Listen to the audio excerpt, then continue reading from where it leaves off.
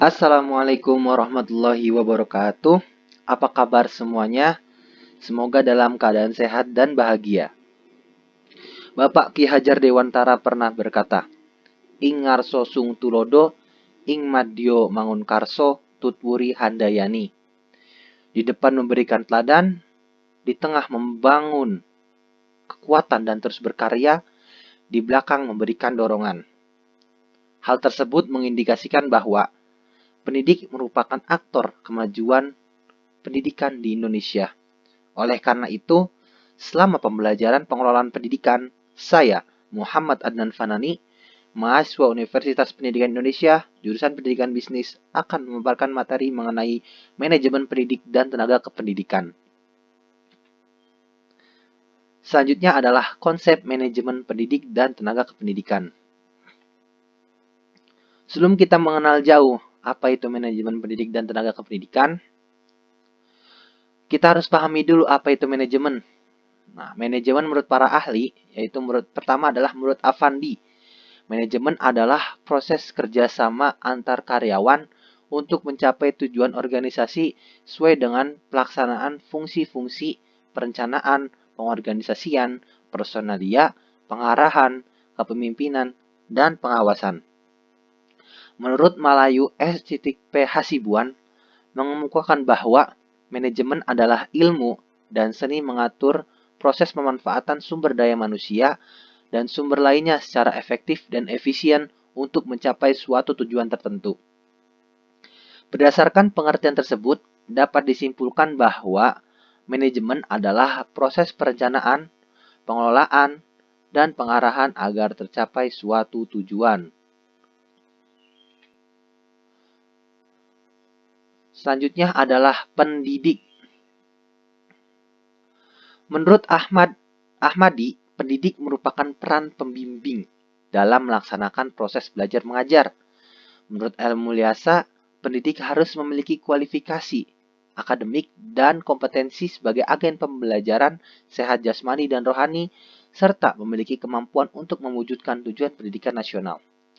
Berdasarkan pengertian tersebut, dapat disimpulkan bahwa pendidik merupakan peran pembimbing yang bertanggung jawab dalam proses belajar mengajar demi terwujudnya tujuan pendidikan nasional. Oke, selanjutnya adalah pengertian tenaga kependidikan. Menurut Najat, tenaga kependidikan merupakan seluruh komponen yang terdapat dalam instansi atau lembaga pendidikan yang tidak hanya mencakup guru saja, melainkan keseluruhan yang berpartisipasi dalam pendidikan. Berdasarkan ketentuan pasal 1 Undang-Undang Nomor 20 Tahun 2003 mengenai Sistem Pendidikan Nasional, menyatakan bahwa tenaga kependidikan yaitu anggota masyarakat yang diangkat dan mengabdikan dirinya dengan tujuan untuk menunjang penyelenggaraan pendidikan. Berdasarkan pengertian tersebut, dapat disimpulkan bahwa tenaga kependidikan merupakan anggota masyarakat yang berperan dan berpartisipasi dalam pendidikan. Oke, berdasarkan pengertian manajemen dan pengertian pendidikan tenaga kependidikan, maka manajemen pendidik dan tenaga kependidikan dapat diartikan sebagai konsep aktivitas memberdayakan pendidik dan tenaga kependidikan seoptimal mungkin melalui kegiatan perencanaan sumber daya manusia, yaitu pendidik dan tenaga kependidikan, perekrutan, seleksi, penempatan, pemberian tugas, pemberian kompensasi, penghargaan, pendidikan atau pengembangan, sampai pemberhentian. Oke, selanjutnya adalah tujuan manajemen pendidik dan tenaga kependidikan. Menurut Nurlindah, tujuan manajemen tenaga pendidik dan kependidikan secara umum adalah yang pertama, memungkinkan organisasi mendapatkan dan mempertahankan tenaga kerja yang cakep, yang dapat dipercaya dan memiliki motivasi tinggi. Yang kedua, meningkatkan dan memperbaiki kapasitas yang dimiliki oleh tenaga kependidikan. Yang ketiga, mengembangkan sistem kerja dengan kinerja tinggi yang meliputi prosedur perekrutan dan seleksi yang ketat, sistem kompensasi yang disesuaikan dengan kinerja, pengembangan manajemen serta aktivitas pelatihan yang terkait dengan kebutuhan organisasi dan individu. Yang keempat adalah mengembangkan praktik manajemen dengan komitmen tinggi yang menyadari bahwa tenaga pendidik dan kependidikan merupakan stakeholder internal yang berharga serta membantu mengembangkan iklim kerjasama dan kepercayaan bersama dan menciptakan iklim kerja yang harmonis. Menurut Amon, jika ditinjau dari unsur jabatan tenaga kependidikan, dibedakan menjadi 3, yakni pertama, tenaga struktural. Tenaga kependidikan yang menempati jabatan-jabatan eksekutif, seperti pemimpin atau pemimpin itu yang bertanggung jawab langsung maupun tidak langsung atas satuan pendidikan. Contohnya, seperti kepala sekolah, wakil kepala sekolah, urusan kurikulum, keistimewaan, sarana prasarana, dan pelayanan khusus. Yang kedua adalah tenaga fungsional.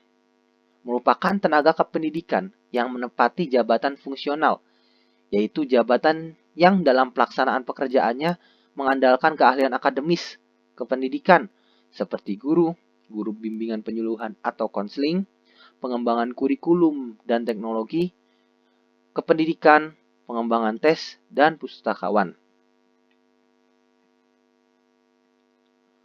Oke, selanjutnya adalah tahapan manajemen pendidik dan tenaga kependidikan.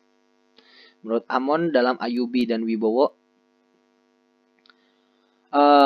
tentang pelaksanaan tugas dan fungsi manajemen pendidik dan tenaga kependidikan menemukan bahwa manajemen pendidik dan tenaga kependidikan terdiri dari yang pertama perencanaan, kedua perekrutan, ketiga penempatan kerja, keempat kompensasi, kelima pembinaan dan pengembangan, dan yang terakhir mengevaluasi.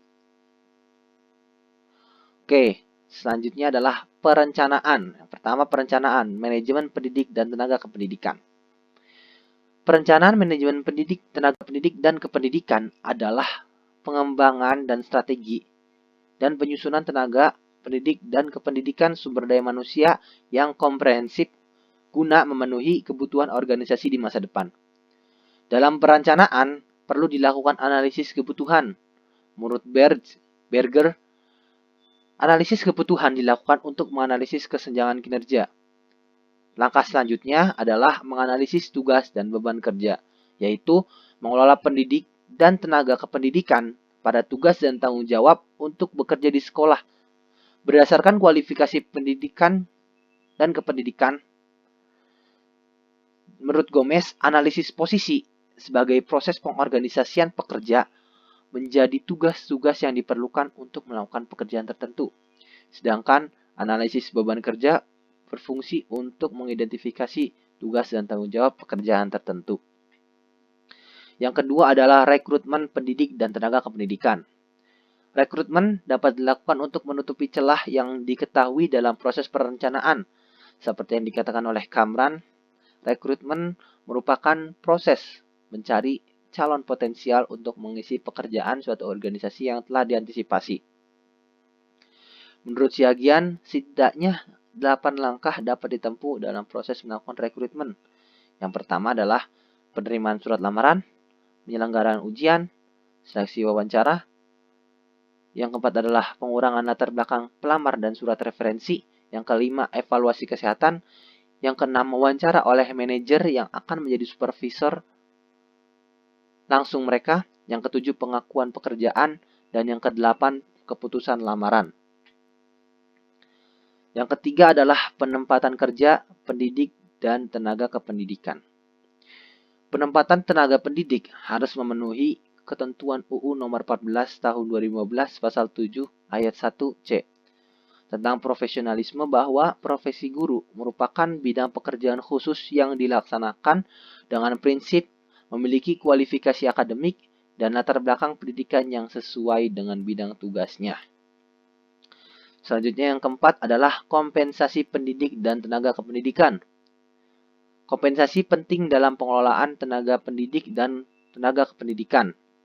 Terkait dengan kesejahteraan dan kepuasan kerja, kompensasi bukan hanya tentang gaji mereka, tetapi tempat kerja yang nyaman, komunikasi keluarga yang akan membuat guru tidak tetap bertahan dalam mengajar di sekolah. Seperti pernyataan Dessler, bahwa salah satu bentuk kompensasi adalah penghargaan non-finansial seperti jam kerja fleksibel dan tempat kerja yang nyaman. Nah, kompensasi selanjutnya merupakan kompensasi berupa gaji yang diterima dapat meningkatkan kepuasan kerja.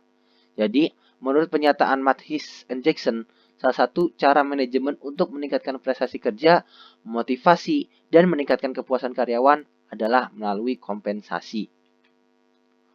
Oke, selanjutnya adalah pembinaan dan pengembangan pendidik dan tenaga kependidikan.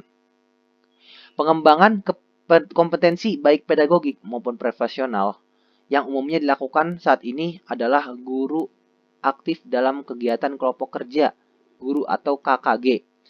Untuk terus meningkatkan kompetensi, untuk kepala sekolah ada kelompok kerja kepala sekolah atau KKKS dan juga ikut berpartisipasi dalam pelatihan yang diadakan oleh kabupaten seperti program pengembangan profesi berkelanjutan atau PPB.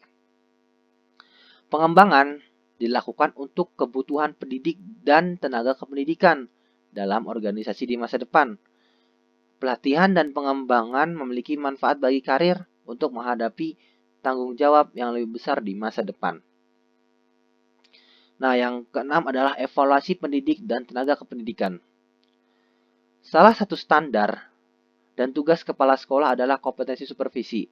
Kompetensi tersebut adalah yang pertama, merencanakan program supervisi akademik dalam rangka peningkatan profesionalisme guru.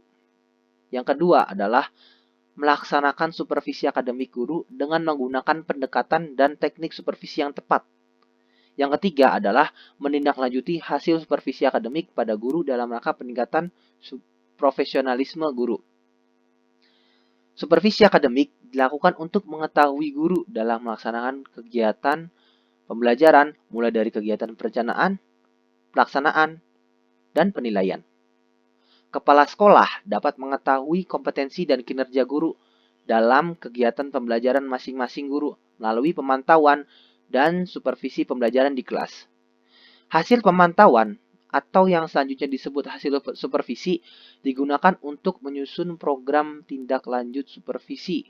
Selanjutnya, program tindak lanjut diberikan kepada semua guru yang memiliki kinerja tinggi dan masih membutuhkan pembinaan dan supervisi. Adapun dampak positif dari manajemen pendidik dan tenaga kependidikan adalah peningkatan komitmen dan kinerja karyawan serta penurunan tingkat keluar masuk karyawan menurut Combs. Selanjutnya adalah kesimpulan. Berdasarkan penjelasan tersebut dapat disimpulkan bahwa manajemen pendidik dan tenaga kependidikan dapat diartikan sebagai aktivitas memberdayakan pendidik dan tenaga kependidikan seoptimal mungkin melalui kegiatan perencanaan sumber daya manusia. Tujuan manajemen pendidik dan tenaga kependidikan yaitu yang pertama, memungkinkan organisasi mendapatkan dan mempertahankan tenaga kerja yang cakap. Yang kedua, meningkatkan dan memperbaiki kapasitas yang dimiliki oleh tenaga kependidikan. Yang ketiga, mengembangkan sistem kerja dengan kinerja yang tinggi. Yang keempat, mengembangkan praktik manajemen dengan komitmen tinggi. Dan yang kelima adalah menciptakan iklim kerja yang harmonis.